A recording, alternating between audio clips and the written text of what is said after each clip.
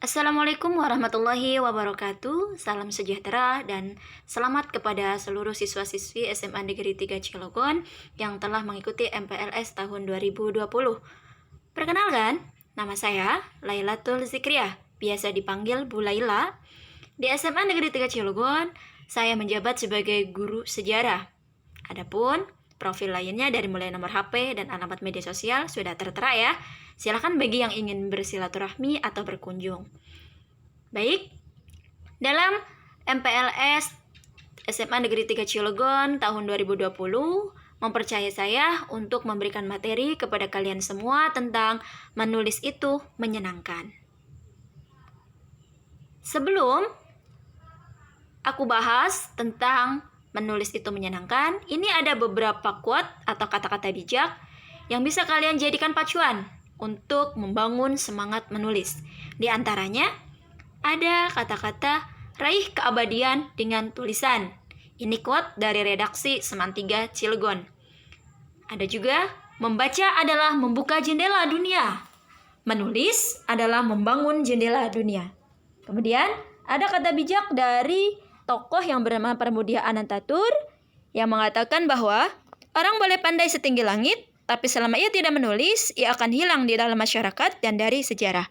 Menulis adalah bekerja untuk keabadian. Nah, semoga dengan adanya kata-kata bijak tadi bisa membuat kalian untuk semangat menulis.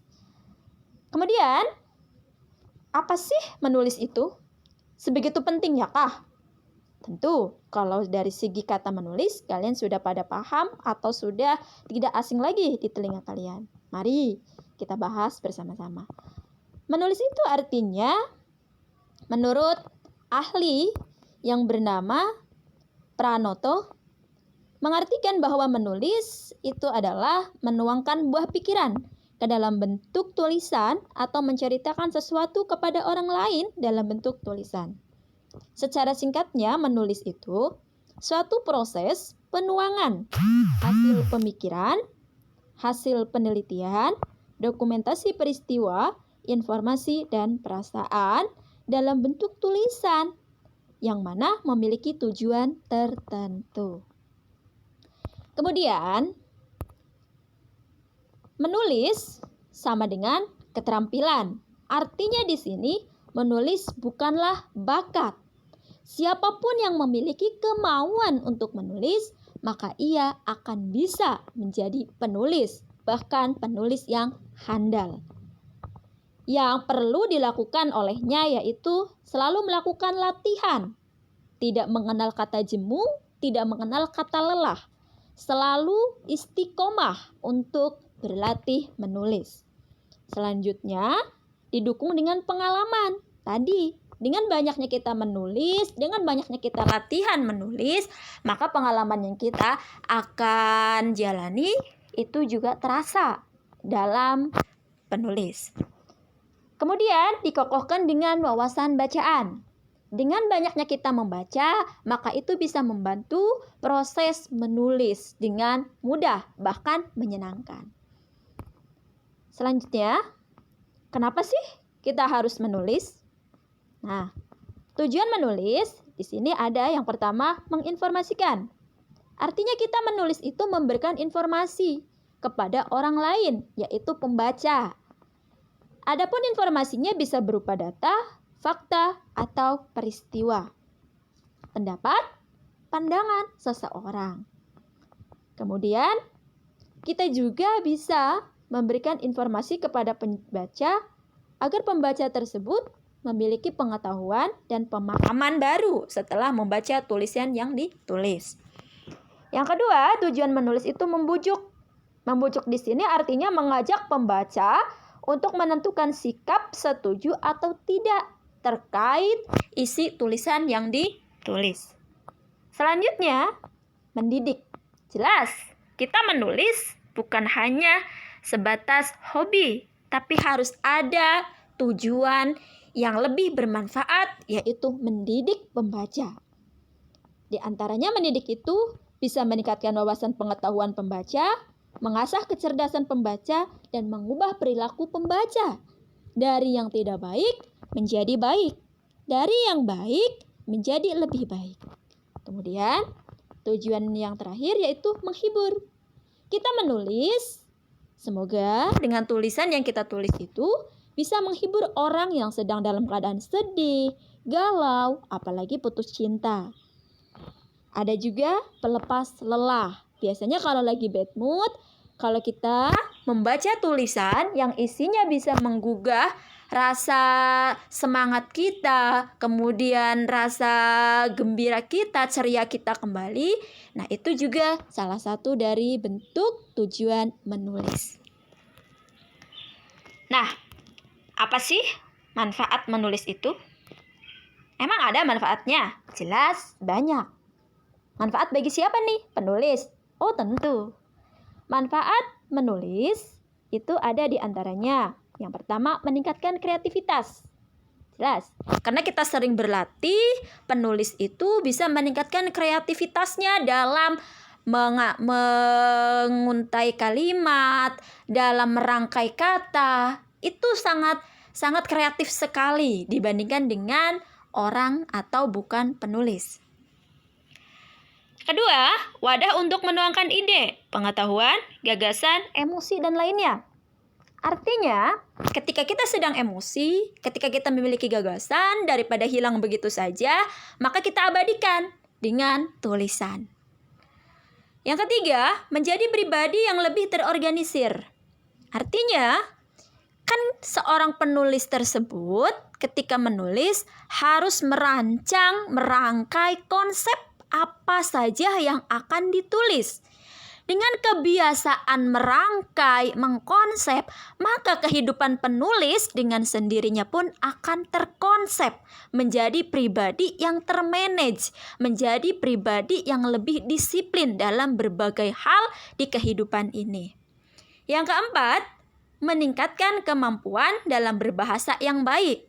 Biasanya seorang penulis karena sudah berlatih merangkai kata, merangkai kalimat, dengan banyaknya kosakata bahasa yang sering ia baca dan ia tulis, kalau berbicara pun sudah kelihatan. Biasanya berbahasanya bahasa yang resmi atau bahasa yang baik sesuai PUEB. Yang keenam atau yang selanjutnya, yang kelima, menghasilkan uang. Jelas. Karena penulis sudah melakukan penulisan yang baik dan dinilai layak, biasanya banyak yang ingin menerbitkan.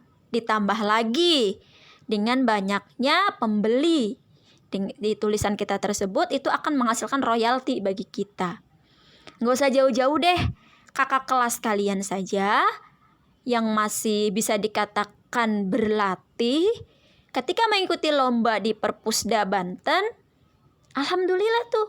Padahal masuknya 10 besar, tapi mendapatkan royalti yang bisa menutupi biaya untuk kebutuhan beli buku. Oke, selanjutnya bermanfaat bagi orang banyak. Jelas, ketika kita menulis sesuatu yang bermanfaat, dibaca dengan orang lain, dan orang tersebut terinspirasi dari tulisan kita, tentu kita bermanfaat bagi orang lain, dan kita pun bisa dikatakan melakukan amal jariah, amal yang tidak pernah terputus. Selanjutnya, ladang pahala ilmu jariah. Tadi sama aja. Yang selanjutnya, dikenal dunia. Nah, kenapa? Kok bisa? Ya, kita menulis dibaca banyak orang. Kita dikenal orang. Tapi apakah kita kenal pembaca? Belum tentu. Tapi pembaca sudah tentu kenal kita.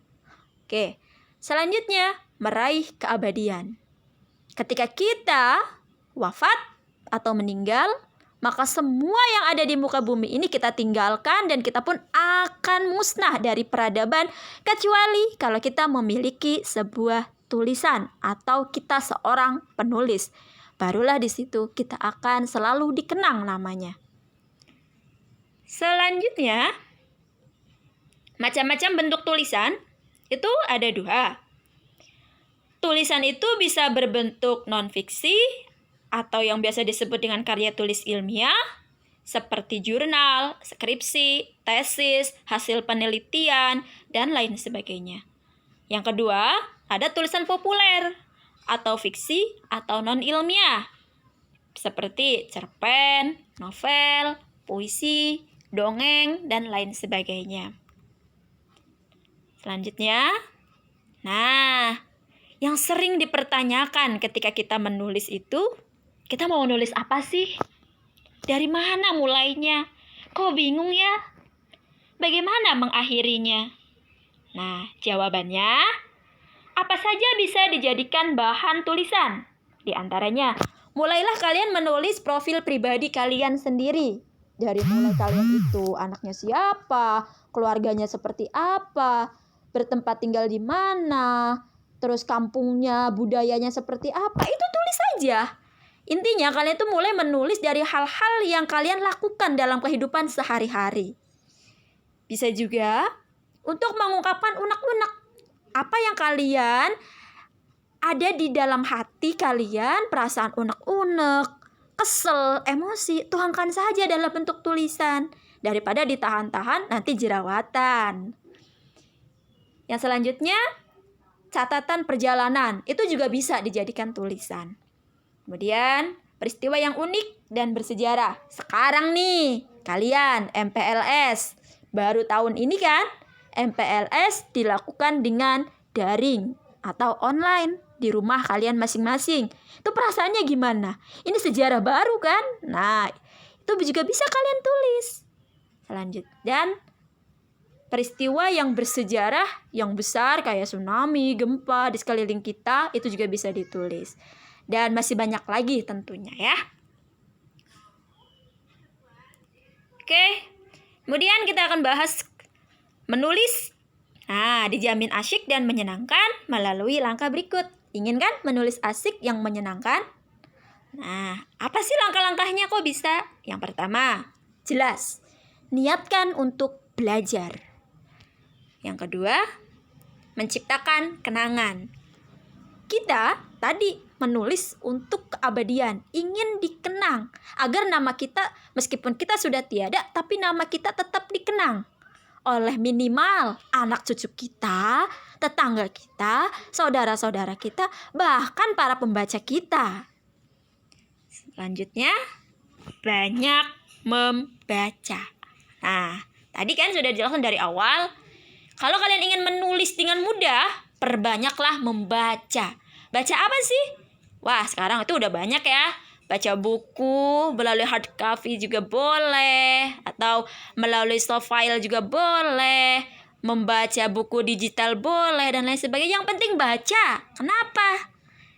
Karena ketika kita membaca, kita akan bisa menemukan banyak kosakata. Kita akan terlatih merangkai kata, merangkai kalimat, dan lain sebagainya. Yang selanjutnya, tulis dari hati tema yang kamu senangi.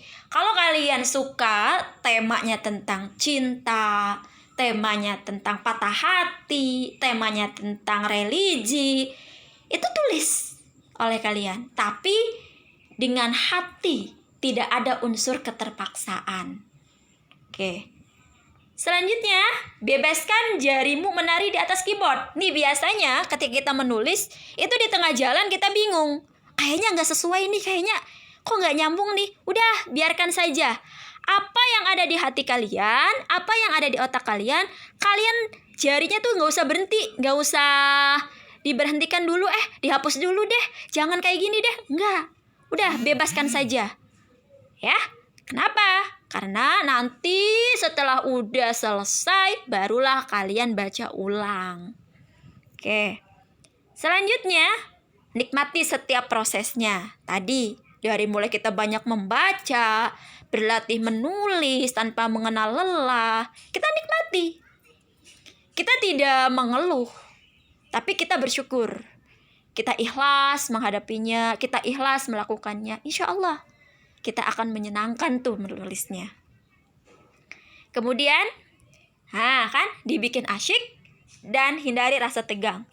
Menulis itu bukan seperti orang ketika berhadapan dengan penjajah yang harus ditembak sedangkan kita nggak bawa senjata. Nggak. Menulis itu ya biasa aja kayak kalian nulis Status di Facebook, di Twitter, di Instagram. Dah, nikmati. Relax. Kayak orang buat TikTok, tapi ini bentuknya tulisan. Oke? Selanjutnya, jadilah pembaca pertama tulisan kamu. Tadi, ketika jari-jari kalian itu, bener gak sih di hatinya kayak gitu, gak usah dihiraukan. Nanti setelah selesai baru kalian baca tulisan kalian dengan teliti. Kenapa? Karena ini paragraf 1 atau alinea 1 dengan alinea 2 ini nyambung apa tidak. Terus, ini ada keterkaitannya apa tidak. Yang paling utama ada tipe apa tidak. Nah, selanjutnya, posting dengan senang hati di redaksi Mading Semantika Cilegon. Kalau sudah fix tulisan itu, sudah benar-benar kalian anggap sudah sempurna, sudah baik, maka kalian boleh mempostingnya di redaksi Mading SMA Negeri 3 Cilegon. Hubungi saja ya Kak Azril Romaldon. Itu sudah ada nomor HP-nya. Atau boleh juga kalian itu posting di media yang lainnya seperti FB, blog, IG, dan sebagainya. Intinya, yuk kita menulis dengan asyik dan menyenangkan. Nah, selanjutnya, kalian mau dong kiat-kiat agar produktif menulis, agar tidak bingung lagi menulis itu seperti apa. Yang pertama, terus motivasi diri kalian. Harus kalian tanamkan bahwa kesuksesan itu diraih dari 1% inspirasi. Dan sisanya 99% merupakan perasan keringat. Artinya di sini butuh kerja keras. Oke, yang kedua, sebagai ibadah. Ladang amal kalian. Karena setiap pekerjaan yang baik dilakukan dengan ikhlas, insya Allah merupakan bagian dari ibadah. Kita menulis, isi tulisannya baik, untuk membuat pembaca terhibur, mendidik, dan lain sebagainya. Insya Allah itu ladang ibadah buat kita juga. Yang selanjutnya, bank ide. Jadi menulis juga, itu bisa dijadikan bank gagasan. Semua gagasan itu terkumpul dalam tulisan itu. Terus, kemudian ada juga, temukan banyak gaya untuk bergaya. Di sini gaya menulis ya. Gaya menulis itu bermacam-macam. Ada romantis. Biasa yang romantis itu seperti apa? Itu harus kalian gali. Religius, agamis, puitis, garang, dan humoris. Terus, ada kekhasan atau kebiasaan menulis bukan dibentuk oleh aktivitas menulis, melainkan oleh aktivitas membaca. Nah, lagi-lagi, membaca ini menjadi faktor penting untuk menjadi penulis yang handal dan terpercaya, bestseller, dan lain sebagainya. Itu kunci utamanya banyak membaca.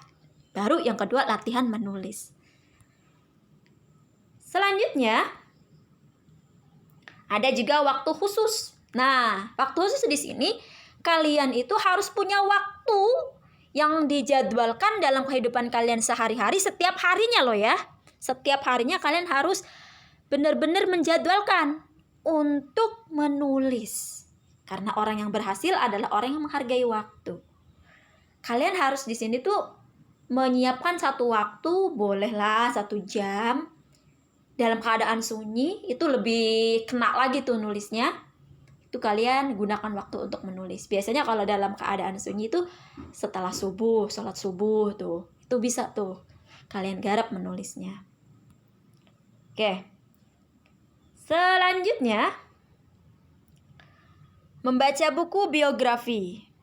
Membuka catatan harian, pergi ke tempat sunyi, sholat, membayangkan ketika tulisan dimuat, membaca tulisan yang tertunda atau belum rampung. Jelas ya? Di sini. Kenapa sih membaca buku biografi juga membuat kita produktif menulis? Karena kita terinspirasi. Orang itu saja bisa menulis. Masa kita tidak bisa? Dia makan nasi, saya pun makan nasi. Dia pakai smartphone, saya pun pakai smartphone. Dia nulis di laptop, saya juga nulis di laptop. Dia nulis di buku tulis, saya juga nulis di buku tulis. Gak ada bedanya kan? Yang jadi perbedaan adalah kemauan dan kesungguhan. Oke. Membuka catatan harian, jelas tuh. Karena banyak tuh, oh ternyata saya tuh kemarin tuh habis ini ya. Coba saya tuh tuangkan dalam bentuk tulisan. Gitu. Contoh, kemarin saya tuh diminta untuk jadi petugas upacara. Ternyata benderanya, contohnya nih, benderanya berkibar.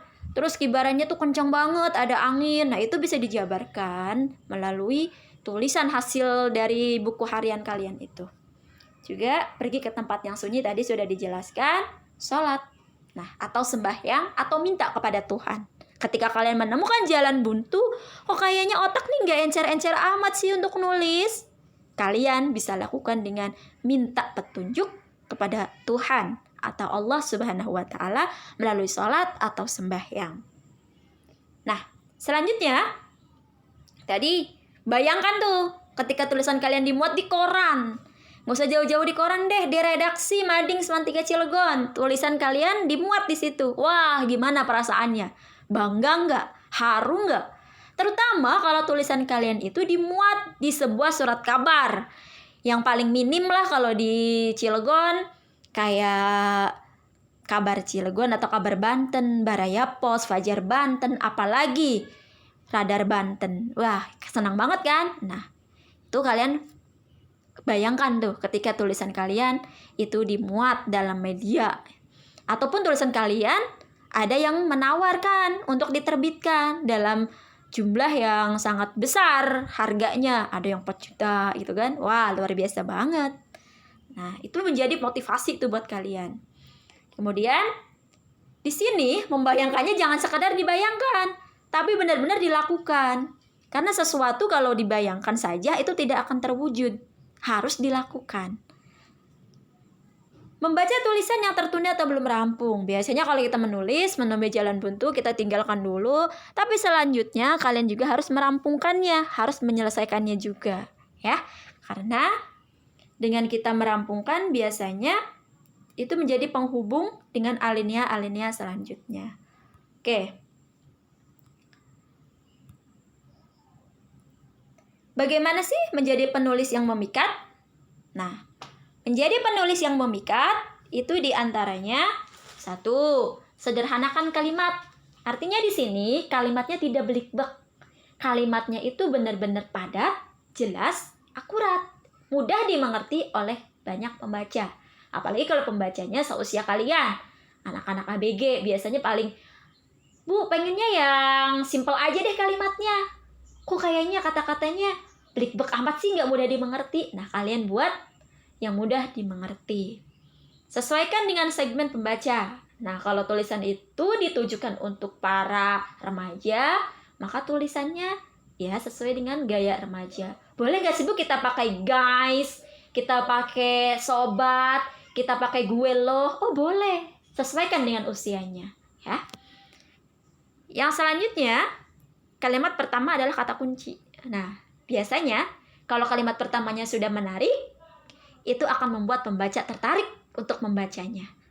Kemudian, jadikan tulisan kalian itu sebagai solusi untuk memecahkan masalah. Seperti kalian patah hati. Kalian nulis tuh. Kalian menghadapi patah hati itu seperti ini loh tipsnya. 1. Sholat, perbanyak istighfar. Yang selanjutnya, ngapain mikirin dia, lupakan dia, karena dia tidak berarti. Nah, itu kalian tulis.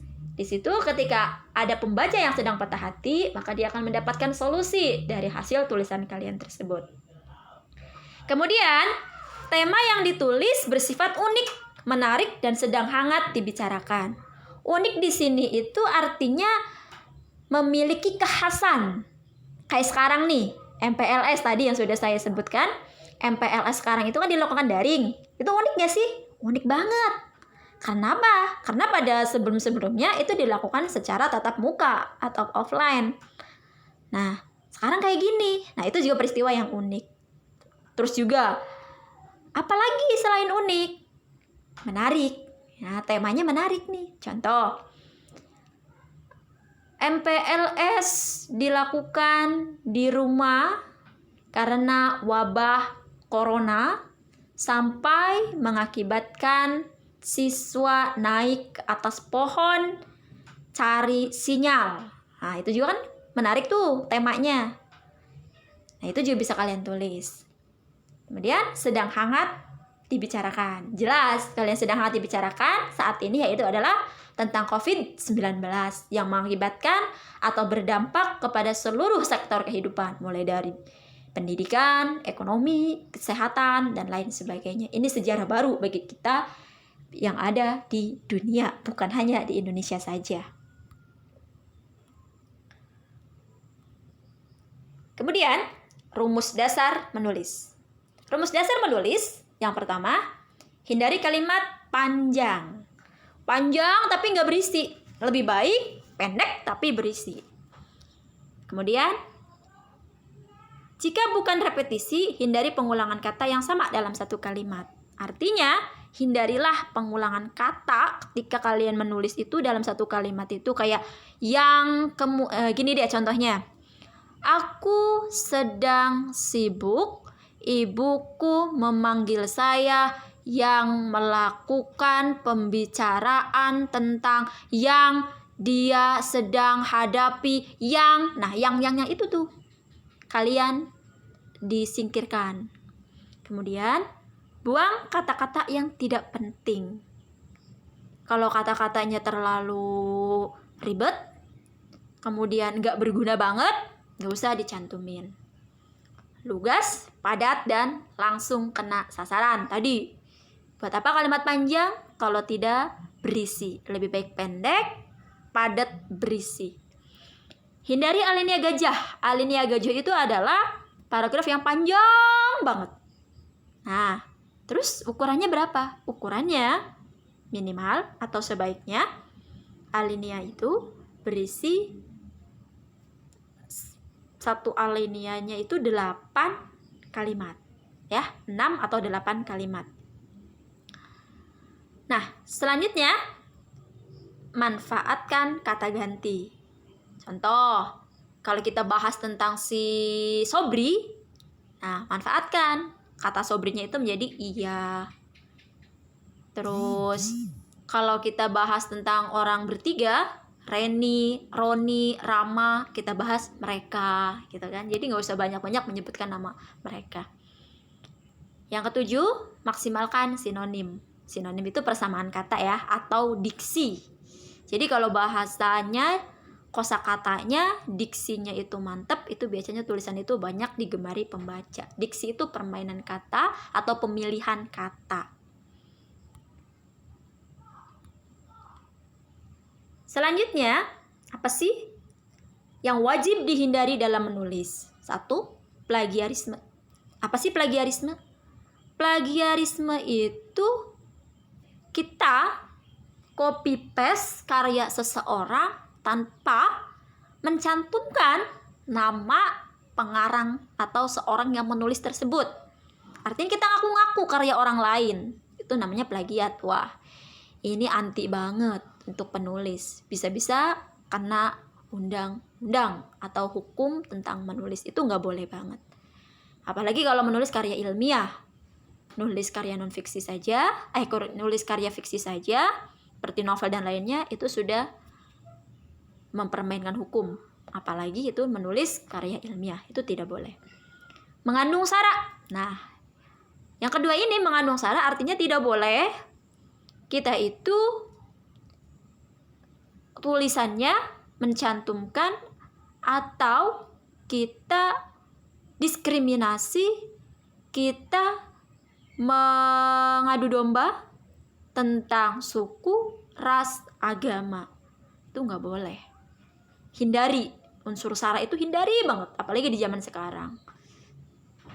Nah, yang ketiga, hoax. Banyak kan sara sama hoax ini sedang luar biasa nih. Media sosial yang begitu gencar itu sering tuh banyak hoax-hoax yang beredar. Nah, itu hindari. Sebagai penulis itu harus benar-benar mendapatkan informasi yang valid dan terpercaya dari sumbernya langsung. Nggak boleh kata orang, kata dianya dari siapa? Bener nggak sumbernya? Nah, harus seperti itu.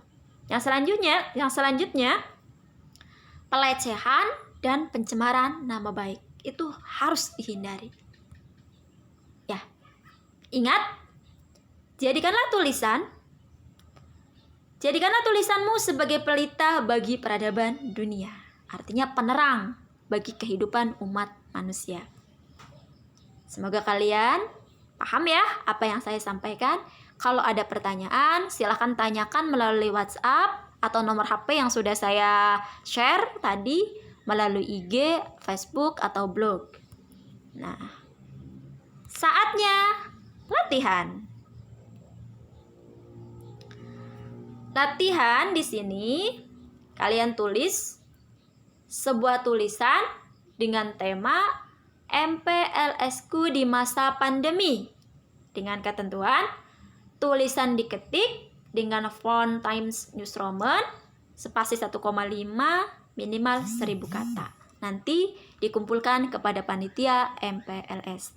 Bagi tulisannya yang the best atau yang terbaik, sejumlah 3 karya terbaik akan mendapatkan hadiah yang istimewa dari saya dan juga panitia. Terima kasih. Kurang lebihnya mohon maaf. Wassalamualaikum warahmatullahi wabarakatuh.